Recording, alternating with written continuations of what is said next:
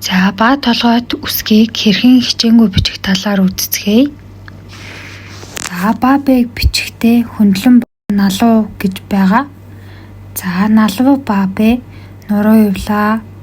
За 45 градусын налуутай шүдний хэмжээтэй. За өнцөг үсгэлгүйгээр дээшээ хичээрээ. За урталтаа гиз гарч ирнэ тийм ээ. За гидснээс хоошоо нум хэлбэрийн аргашаа 45 градус, урагшаа 45 градус. За нурууны шугам дээр ирлээ шүд. За налуу ба бэ. За одоо бүгдээрээ хөндлөн ба бэг бичиж. За нуруу явлаа, гидсээ бичнэ. Хорц өнцөг үсэхгүй. За аргашаа 45 градус, урагшаа 45 градус. Нурууны шугамн дээр ирээд ирснийхаа дараа шүдээ 90 градус татаад өгнө. За одоо би. За урдаа гидсээ бичлээ.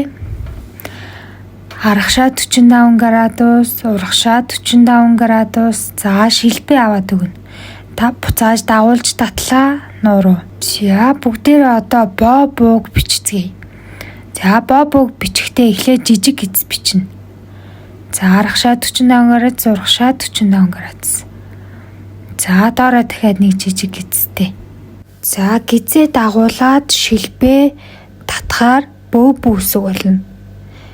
Гидснээсээ доошоо ямар ч нуруу авалгүйгээр шилбээ градусынхын налууг дагуулад татаад өгнө шүү за. Тэгээд бөө бүү үсэг.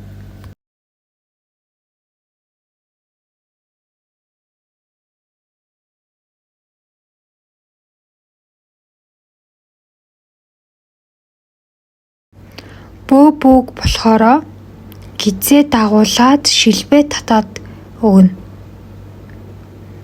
Ямар ч нуруу авалгүйгээр гидснийхаа 45 градусын налууг дагуулад шилбээ татаад бөө бүү.